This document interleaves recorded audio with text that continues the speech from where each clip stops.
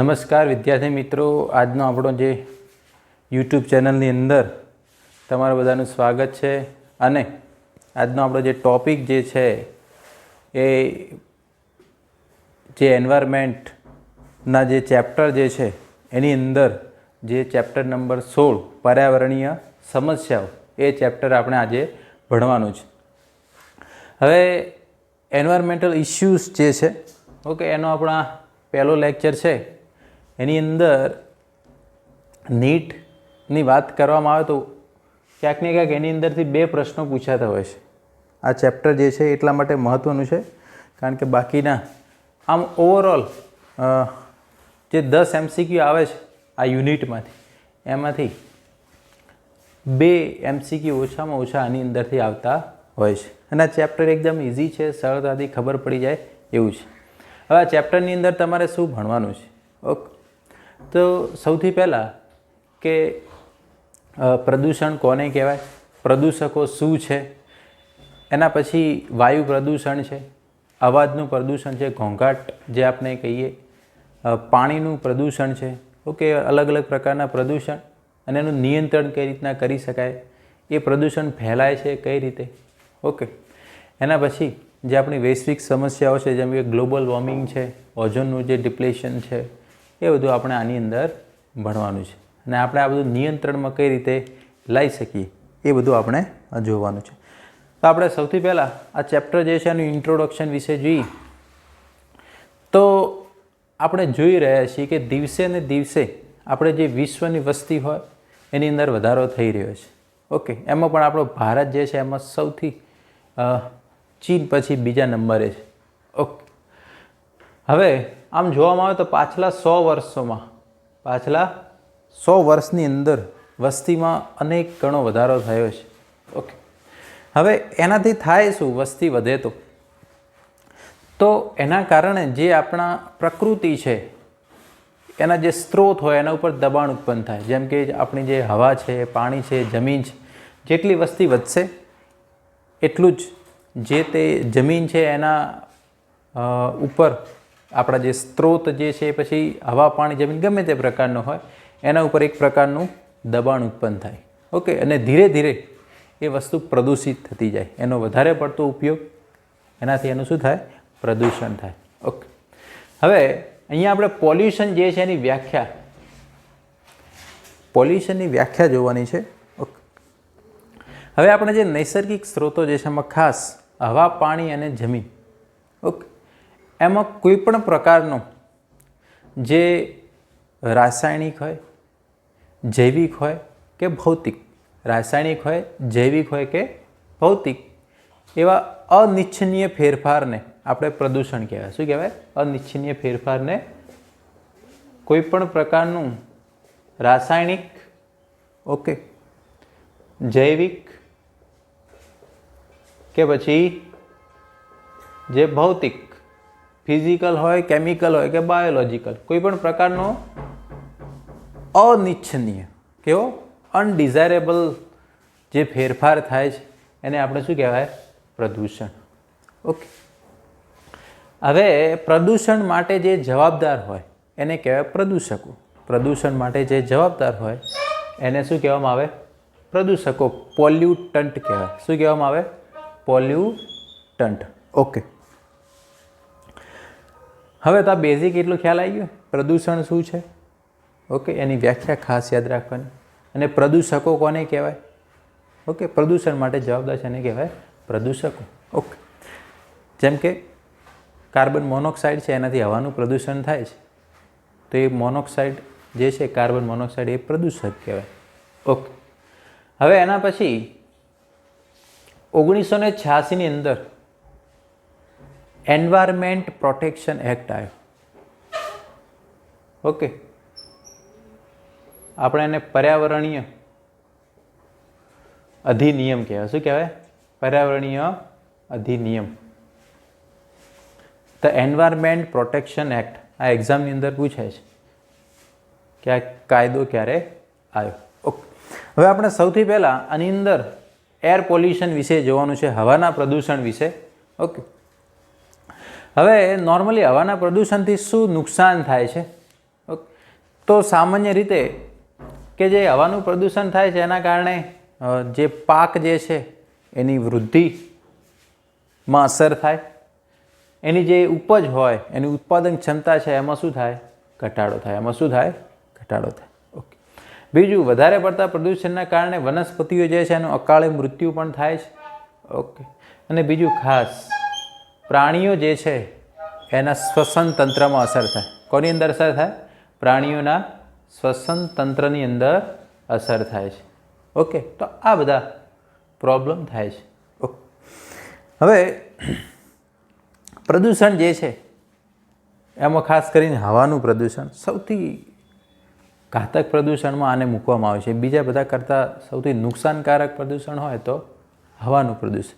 એ કુદરતી અને કૃત્રિમ રીતે પણ હોઈ શકે છે. કુદરતીમાં આપણે જે ખાસ કરીને જે અલગ અલગ પ્રકારના આપણે જે વાહન વ્યવહારનો ઉપયોગ કરીએ છીએ, જે બધી અલગ અલગ ફેક્ટરીઓ છે એનાથી પ્રદૂષણ થાય, પછી કોઈ ખાતર નિર્માણની ફેક્ટરીઓ હોય, ઓકે, કે ગમે તે મોટી મોટી મિલ હોય, એનાથી હવાનું પ્રદૂષણ થાય છે. ઓકે. જે કૃત્રિમ પ્રદૂષણ છે હવાનું, એમાં ખાસ કરીને વાહનો સૌથી વધારે જવાબદાર છે. કૃત્રિમ એટલે કે જે કુદરતીમાં હવાનું પ્રદૂષણમાં સૌથી વધારે કદાચ જવાબદાર હોઈ શકે તો ઘણીવાર જે જ્વાળામુખી ફાટે છે એના કારણે એ બધું હોઈ શકે. ઓકે. પછી જે પરાગરજ ઉડતી હોય કુદરતી રીતે એના કારણે પણ ઘણીવાર જે પ્રોબ્લેમ થતા હોય. ઓકે. તમને ખ્યાલ છે કે જે પાર્થેનિયમ છે, ગાજર ઘાસ, ઓકે, એની જે પરાગરજ જે છે ખાસ કરીને શ્વસન માટે નુકસાનકારક છે. અમુકને એવી એલર્જી હોય. ઓકે. હવે તો એ પ્રદૂષણ કઈ રીતના ફેલાય? હવે આપણે મેઇન એના નિયંત્રણની વાત કરીશું. બરાબર? પ્રદૂષણ તો થાય જ, પણ એનું નિયંત્રણ કઈ રીતે કરી શકાય? ઓકે. હવે મેઇન પ્રદૂષણ ફેલાવવાવાળા કોણ છે? કે આપણે જે થર્મલ પાવર પ્લાન્ટ છે. કોણ છે? Thermal power plants. એટલે કે જે વીજળી ઉત્પાદન થાય છે, કોલસાનો ઉપયોગ કરીને વીજળી બનાવે ને, ઓકે, એ પ્લાન્ટ્સ, તો એની અંદર એ ધુમાડો નીકળતો હોય. પછી ધાતુઓ ગાળવાના જે બધા કારખાના હોય, બરાબર, જે મેટલ મેલ્ટિંગના જે બધા કારખાના હોય, એની અંદર એના ધુમાડા છે, એમની જે ચીમનીઓ છે, એમાંથી બધું હાનિકારક વાયુઓ નીકળતા હોય. ઓકે. અને બીજા ઘણા બધા એવા ઉદ્યોગો છે, ઓકે, કે જે ક્યાંક ને ક્યાંક એમાંથી જે બહાર નીકળે છે વાયુ એ નુકસાનકારક છે. હવે એમાંથી શું નીકળે? કાં તો વાયુ સ્વરૂપ પ્રદૂષકો હોય અથવા તો કણ સ્વરૂપ હોય, નાના નાના પાર્ટિકલ્સ હોય, અથવા તો ડાયરેક્ટ વાયુ હોય. ઓકે. હવે એ શું કરે? જે એમાંથી નીકળે છે એ આપણા વાતાવરણમાં જે નાઇટ્રોજન છે, ઓક્સિજન છે, જે શુદ્ધ સ્વરૂપ છે, એની સાથે મિક્સ થઈ અને એને હાનિકારક બનાવે છે. એને શું કરે છે? હાનિકારક બનાવે છે. એટલે એ વસ્તુ ખાસ ધ્યાન રાખો. આ જે એમની શુદ્ધતા છે એને ધીરે ધીરે શું કરે? ઓછી કરે. ઓકે. હવે આપણે એવું તો શું કરવું તો જેથી કરીને એમને કંટ્રોલમાં લાવી શકાય? ઓકે. તો એના માટેની અમુક ટેકનિક છે. 2 ટેકનિક છે અહીંયા, કે જે ચીમનીઓ છે, ધુમાડો બહાર નીકળે છે, એને કંટ્રોલ કરવા માટેની. એક મેથડ છે સ્થિર વિદ્યુત અવક્ષેપક, એને કહેવાય ઇલેક્ટ્રોસ્ટેટિક પ્રેસિપિટર. અને બીજું છે માર્જક, એને સ્ક્રબર કહેવાય. શું કહેવામાં આવે? સ્ક્રબર. ઓકે. હવે એ કઈ રીતે હોય છે આપણે જોઈએ. ફોર એક્ઝામ્પલ, આ જે છે સ્થિર વિદ્યુત ક્ષેપક છે, એની અંદર શું હોય? આ બધા ઇલેક્ટ્રોડના તાર હોય. ઓકે. એની અંદર હજારો વોલ્ટેજ આપવામાં આવે.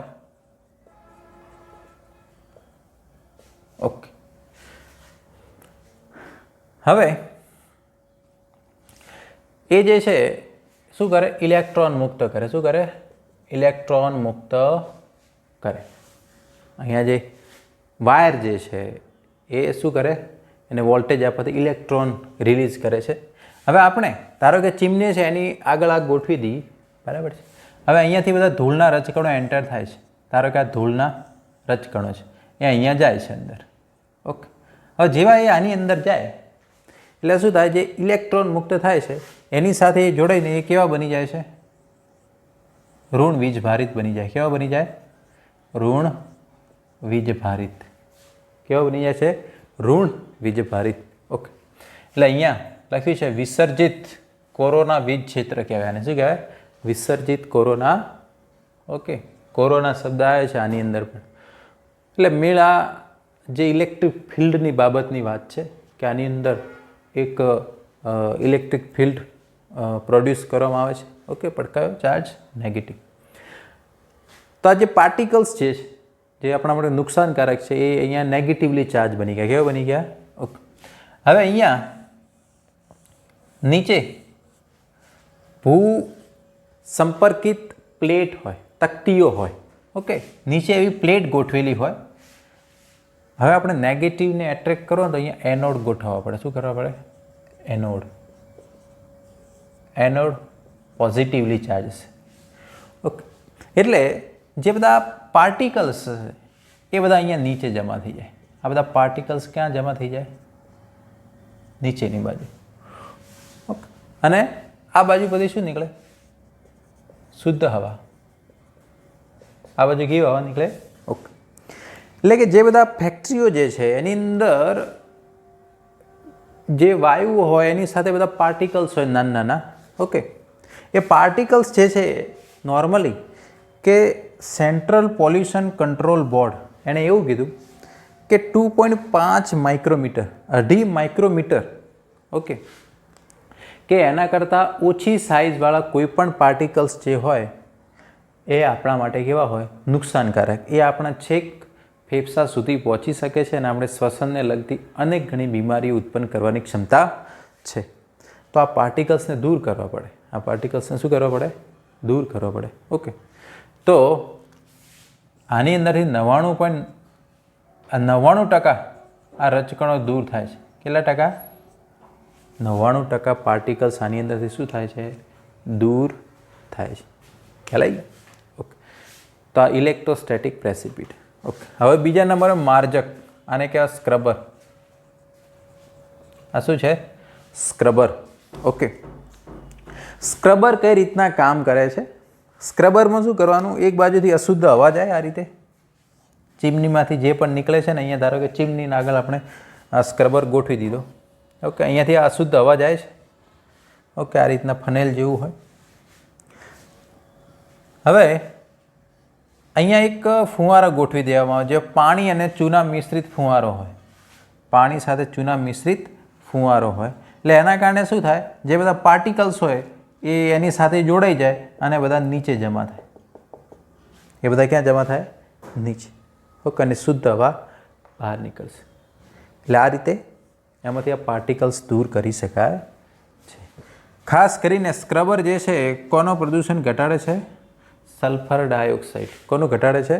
SS ઉપરથી યાદ રાખવાનું, સલ્ફર ડાયોક્સાઇડ. ખ્યાલ આવ્યો? તો ઇલેક્ટ્રોસ્ટેટિક પ્રેસિપિટર અને સ્ક્રબર, આમાં બધા ફુવારા લગવાથી કણમય પદાર્થ બધા નીચે જમા થશે, એ હવામાં જશે નહીં. એટલે ટૂંકમાં પ્રદૂષણ જે છે એટલે કે જે પ્રદૂષકો વાતાવરણમાં જતા રોકી શકાય છે આ બધી મેથડથી.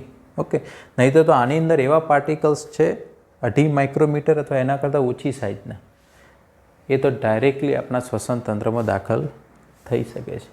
ઓકે, ચાલો, તો આ રીતે છે. હવે બીજું કે આપણે મેઇન વાત કરીએ કે એક વાહનો જે છે એ પ્રદૂષણ ફેલાવે છે. નંબર 1 એ પહેલા નંબરમાં છે. ઓકે, બાકી બધા જે ઇન્ડસ્ટ્રી છે એનાથી પ્રદૂષણ થોડું ઓછું ફેલાય. તો એના માટે આપણે શું કરવું પડે કે જે શીશા મુક્ત પેટ્રોલ અને ડીઝલનો ઉપયોગ કરવો પડે. આપણે એક આ મેથડ જોયું, આ રીતે કંટ્રોલ કરી શકીએ. બીજું કેવું મેથડ છે? લેડ ફ્રી પેટ્રોલ અને ડીઝલનો ઉપયોગ કરે. લેડ એટલે આપણે એને પીબી કહીએ. શું કહીએ? પીબી. ઓકે, ચાલો. હવે લેડ ફ્રી શા માટે ઉપયોગ કરવો જે આપણે હમણાં અહીંયા સમજાવીએ તમને. ઓકે, હવે આપણે વાહનોની અંદર એવા ઉદ્દીપકો ગોઠવવામાં આવે. શું કરવામાં આવે? ઉદ્દીપકો. ઓકે, એની અંદર જે પ્લેટિનમ પેલેડિયમ પ્લેટ હોય અથવા રોડિયમની પ્લેટો લગાવેલી હોય. કોની પ્લેટો લગાવેલી હોય? પ્લેટિનમ, પેલેડિયમ પ્લેટ અથવા રોડિયમની પ્લેટ લગાવેલી હોય. ઓકે, હવે આ ઉદ્દીપકોની અંદર આ વસ્તુ હોય. ઓકે, હવે ઉદ્દીપકો કરે શું, એનું કામ શું છે કે આપણા વાહનની અંદર જે દહન થયા વગરનો હાઇડ્રોકાર્બન હોય કે જેનું બળતણ તરીકે ઉપયોગ નથી થયું પેટ્રોલની અંદરથી અથવા ડીઝલની અંદરથી, એ હાઇડ્રોકાર્બનને શું કરે, CO2 અને પાણીમાં ફેરવે. શેમાં ફેરવે? CO2 અને પાણીમાં. ઓકે, તમને એ વસ્તુ ખ્યાલ આવવી જોઈએ કે વાહનોના ધુમાડામાંથી કાર્બન મોનોક્સાઇડ નીકળે. શું નીકળે? Carbon monoxide. ઓકે, ના કે કાર્બન ડાયોક્સાઇડ. ઓકે, ચાલો, તો એને એમાં કન્વર્ટ કરી નાખશે એટલે કાર્બન એ વસ્તુ. બીજું કે જે ધુમાડાની અંદર કાર્બન મોનોક્સાઇડ હોય અને એના સિવાય જે નાઇટ્રિક ઓક્સાઇડ હોય, કયું હોય? Nitric oxide. કાર્બન મોનોક્સાઇડને CO2માં ફેરવી દે અને નાઇટ્રિક ઓક્સાઇડને N2 ગેસમાં ફેરવી દે. શેમાં ફેરવી દે? N2 gas. ઓકે, હવે ધારો કે આપણે લેડ શું નુકસાન કરે, ધારો કે પેટ્રોલ અને ડીઝલની અંદર સીસું હોય, લેડ હોય, તે શું કરે? એ જે છે ને ઉદ્દીપકોને નિષ્ક્રિય કરી દે. એ ઉદ્દીપકોને શું કરી દે? નિષ્ક્રિય કરી દે. એટલે ઉદ્દીપકો જે છે જે આ કન્વર્ટિંગ કરવાનું પ્રોસેસ કરે છે, તો એ પ્રોસેસ કરશે નહીં તો વાતાવરણમાં શું થશે? પેલો હાઇડ્રોકાર્બન રિલીઝ થશે, કાર્બન મોનોક્સાઇડ રિલીઝ થશે, નાઇટ્રિક ઓક્સાઇડ પણ જે છે એવો ને એવો રિલીઝ થશે. એટલે પેટ્રોલ અને ડીઝલમાં લેડ ના હોય એટલું સારું, કારણ કે ઉદ્દીપકોની ક્રિયાવિધિને શું કરે? અટકાવે. તો એ થાય નહીં. હવે તમે વિચારશો કે CO2માં ફેરવે છે તો CO2 એ નુકસાનકારક જ છે, પણ કાર્બન મોનોક્સાઇડ કરતાં તો CO2 ઓછો નુકસાનકારક છે અને પાણીમાં ફેરવાઈ જાય છે, એમાં તો કશું પ્રોબ્લેમ છે નહીં. ઓકે, તો આ ખાસ યાદ રાખજો એક્ઝામની અંદર. હવે એના પછી 1981ની અંદર the air act, the prevention and control of air pollution act લાગુ પડ્યો 1981ની અંદર. આ ખાસ યાદ રાખો. એન્વાયરમેન્ટ પ્રોટેક્શન એક્ટ 1986ની અંદર, prevention and control of air pollution 1981ની અંદર. ઓકે, અને પછી એમાં થોડા ફેરફારો કરવામાં આવ્યા અને 1987ની અંદર અવાજનું પ્રદૂષણ છે એને પણ હવાના પ્રદૂષણ તરીકે સ્વીકારી લેવામાં આવ્યું. બરાબર, પહેલાં બંને અલગ અલગ માનવામાં આવતા, પણ પછી એવું જ માનવામાં કે અવાજનું પ્રદૂષણ પણ એક હવાના પ્રદૂષણનો જ ભાગ છે. ઓકે, નોર્મલી 150 ડેસિબલ સાઉન્ડની જે ફ્રીક્વન્સી છે, 150 ડેસિબલ કરતાં વધારે અવાજ જે છે આપણા માટે શું છે? નુકસાનકારક છે. ઓકે, હવે એના કારણે શું થાય કે વધારે પડતા સાઉન્ડથી આપણી શારીરિક સ્થિતિ ઉપર અસર થાય, આપણી માનસિક સ્થિતિ ઉપર અસર થાય. ઓકે, જે તે વ્યક્તિઓના સ્વભાવમાં પણ પરિવર્તન આવે. ઓકે, એમને વિવિધ પ્રકારના બીમારી થાય, હૃદયના ધબકારા વધે. ઓકે, બીજું ખાસ જે આપણું જે કર્ણપટલ છે, કાનના પડદા, એને નુકસાન થાય. તો વધારે પડતા સાઉન્ડથી આ બધું નુકસાન થતું. Okay, control. ઓકે, જેમ કે કઈ રીતે કંટ્રોલ કરી શકાય, નિયંત્રણ. તો જે એવા ઘોંઘાટવાળા વિસ્તારો હોય, જેમ કે ઇન્ડસ્ટ્રી ને એ બધું હોય, તો નોર્મલી એને સિટી હોય એનાથી દૂર સ્થાપન કરવું જોઈએ. બિનજરૂરી જે આપણે હોર્ન વગાડીએ છીએ એ પણ ના વગાડીએ તો એનાથી પણ જે અવાજનું પ્રદૂષણ શું થાય? ઓછું થાય. ઓકે, તો બીજું જે મોટા મોટા હોલ હોય એ સાઉન્ડ પ્રૂફ બનાવવા જોઈએ. એ સાઉન્ડ પ્રૂફ બનાવવાથી શું થાય કે એનાથી પણ અવાજનું પ્રદૂષણ ઘટી શકે છે. ઓકે, તો આ બધા અલગ અલગ નિયંત્રણ માટેના ઉપાયો હોઈ શકે છે. ઓકે, હવે દિલ્હીની અંદર આપણે જોઈએ છીએ કે ઇન્ડિયાની અંદર સૌથી પ્રદૂષિત શહેર હોય તો દિલ્હી. ઓકે, 1990ની અંદર હવે દિલ્હીમાં સમસ્યા શું છે કે આપણે ગુજરાત અને પશ્ચિમ બંગાળના જેટલા વ્હીકલ્સ ભેગા કરીએ ને, બરાબર, એટલે એકલા વ્હીકલ્સ ખાલી દિલ્હીમાં જ છે. ઓકે, એટલે મેઇન તો વ્હીકલ્સના કારણે જ આ બધા પ્રદૂષણનો પ્રોબ્લેમ થતો હોય. 1990માં એક એની સ્ટડી કરવામાં આવી કે આપણા દેશના જે 41 સિટી જે પ્રદૂષિત શહેરો છે એનું રેન્કિંગ આપવામાં આવ્યું, તો એમાં દિલ્હી ચોથા ક્રમે આવ્યું. કયા ક્રમે આવ્યું? ચોથા ક્રમે. ઓકે, હવે તો જો કે એના કરતાં આગળ આવી ગયું છે, પણ જે તે વખતે એને કંટ્રોલ કરવાના પગલાં લેવામાં આવ્યા હતા. એટલે 1990ની વાત છે, બરાબર. એના પછી તો 2005માં દિલ્હીમાં પ્રદૂષણનું પ્રમાણ ઘટ્યું ને હવે પછી ફરી આ વધ્યું છે. તો જે તે સમયે કે દિલ્હીમાં આટલું બધું પ્રદૂષણ છે, એટલે જે તે વખતેના જે બધા જાગૃત નાગરિકો હશે એમણે હાઈકોર્ટની અંદર PIL દાખલ કરી. Okay, public interest litigation, PIL, જાહેર હિતની જે અરજી કહેવાય એને PIL કહેવાય. તો હાઈકોર્ટમાં PIL દાખલ કરી કે ભાઈ આટલું બધું દિલ્હીમાં પ્રદૂષણ છે તો આને હવે શું કરીશું. તો હાઈકોર્ટે એના માટેના અમુક સૂચનો આપ્યા દિલ્હી ગવર્મેન્ટને કે જેટલી પણ બધી ગવર્મેન્ટ બસ જે છે એને તમે CNGમાં કન્વર્ટ કરો. શેમાં કન્વર્ટ કરો? CNG. હવે CNGમાં જ શા માટે ફેરવી એ આગળ આવશે. ઓકે, તો જેટલી પણ ડીઝલ બસો હતી બધી CNGમાં કન્વર્ટ કરી, એટલે 2002 સુધી આ બધું થઈ ગયું. ઓકે, તો 2002માં તો ધીરે ધીરે દિલ્હીમાં પ્રદૂષણનું પ્રમાણ ઘટ્યું, એટલે આનો એક સારો રિસ્પોન્સ મળ્યો. ઓકે, હવે CNGમાં એવો તો શું ફાયદા છે? CNGથી શું ફાયદા થાય? ઓકે, સૌથી પહેલું જે આ CNG છે એટલે કોમ્પ્રેસ્ડ નેચરલ ગેસ કહેવાય. CNGનો મતલબ શું થાય? Compressed natural gas. એ વધુ દહનક્ષમ છે, એટલે બધો જેટલો પણ હોય એટલો બધો યુટિલાઇઝ થઈ જાય, કશું એમાં બાકી રહેતું નથી. ઓકે, એટલે બહુ જ ઓછો રહે છે. ઓકે, બીજું સસ્તું છે. નોર્મલી પેટ્રોલ અને ડીઝલ કરતાં એ કેવું છે? થોડું સસ્તું છે. એને ચોરી શકાતો નથી. ગેસ ફોર્મમાં હોય એટલે કોણ એને ચોરી શકે? જ્યારે પેટ્રોલ અને ડીઝલમાં કેવું છે? એને ચોરી શકાય છે. એ પ્રોબ્લેમ અહીંયા રહેશે. ભેળસેળ શક્ય નથી, બરાબર છે, એમાં કશું ભેળસેળ ના થાય. પેટ્રોલ અને ડીઝલમાં કેવું છે? ભેળસેળ થાય. ઓકે, તો આ બધા એના બેનિફિટ છે.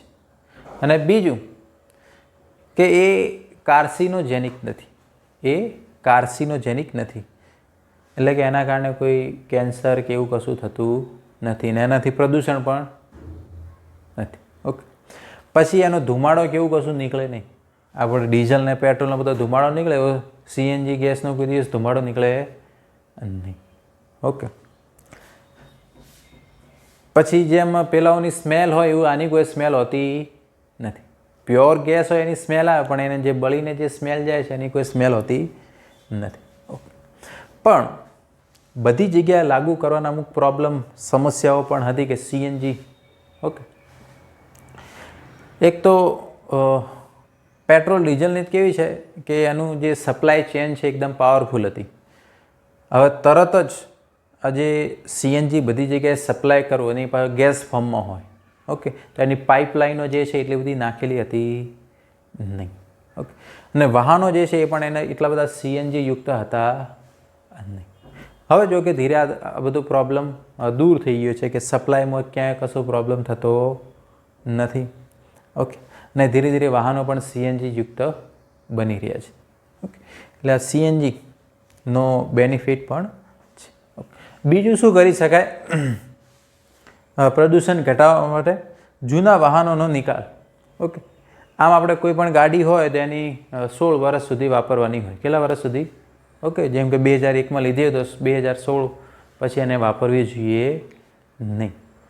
પછી શું થાય કે એનું એન્જિન જેમ જેમ જૂનું થાય તો એ પ્રદૂષણ ફેલાવે. શું કરશે? પ્રદૂષણ ફેલાવે. તો અને આપણે ઇન્ડિયામાં તો કોઈ પણ વાહન જે છે એ રિલીઝ ક્યારે થાય? બરાબર છે, એ તમને ખ્યાલ છે. બીજું કે જે પણ પેટ્રોલ અને ડીઝલ જે છે એમાં સલ્ફરનું પ્રમાણ ઓછું હોવું જોઈએ. પેટ્રોલ અને ડીઝલ જે છે એમાં સલ્ફરનું પ્રમાણ કેવું હોવું જોઈએ? ઓકે, ઓછા પેટ્રોલ, જે પેટ્રોલ ડીઝલ સલ્ફરનું લેવલ. ઓકે. અને બીજું, ઉદ્દીપક પરિવર્તકોનો ઉપયોગ કરવો જોઈએ. એટલે જે પણ અત્યારે તો નવા મોડલ્સ આવે છે એની અંદર બધા પરિવર્તકો હોય જ છે, ઉદ્દીપકો લગાડેલા જ હોય. એ ઓટોમેટિકલી એ વાતાવરણમાં જે કાર્બન મોનોક્સાઇડ ને બધું નાઇટ્રિક ઓક્સાઇડ એ રિલીઝ થાય છે એની પહેલાં જ એને CO2 અને N2 ગેસમાં કન્વર્ટ કરે. અને જે પેટ્રોલ અને ડીઝલ હોય એ લેડ ફ્રી હોય, એટલે એમાં સીસું ના હોય તો એની એક્ટિવિટીને અવરોધશે નહીં. ઓકે. હવે યુરો 3 બરાબર છે, એની અંદર જે ગવર્મેન્ટે એક ગાઈડલાઇન બહાર પાડી. ઓકે, કે ડીઝલની અંદર સલ્ફર જે છે એનું પ્રમાણ કેટલું હોવું જોઈએ? 350 ppm. 350 ppm પાર્ટ્સ પર મિલિયન. પેટ્રોલની અંદર એનું પ્રમાણ હોવું જોઈએ 150 ppm. કેટલું હોવું જોઈએ? 150 ppm પાર્ટ્સ પર મિલિયન. અને જે હાઇડ્રોકાર્બન છે એનું ટકાવારી કેટલી હોવી જોઈએ? 42%.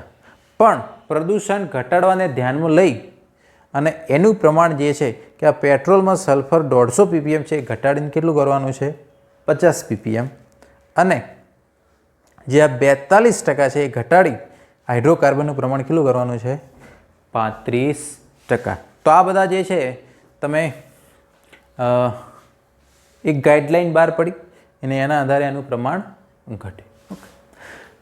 હજુ આગળ જે છે કે અલગ અલગ જે વેહિકલ્સ માટેના બધા નિયમો એ આપણા ટોપિક હજુ થોડો બાકી છે, એ આપણે નેક્સ્ટ લેક્ચરની અંદર જોઈશું. પણ તમે ખાસ આ બધા કયા વર્ષમાં કયા કાયદા લાગુ પડ્યા એ ઓકે, અને મેઇન આ બે મેથડ છે એ તમારે ખાસ ધ્યાનમાં રાખવાની. અને CNGનો બેનિફિટ અને જે ઉદ્દીપકોમાં કયું ખાસ કામ કરે છે એ તમારે ધ્યાનમાં રાખવું. Thank you.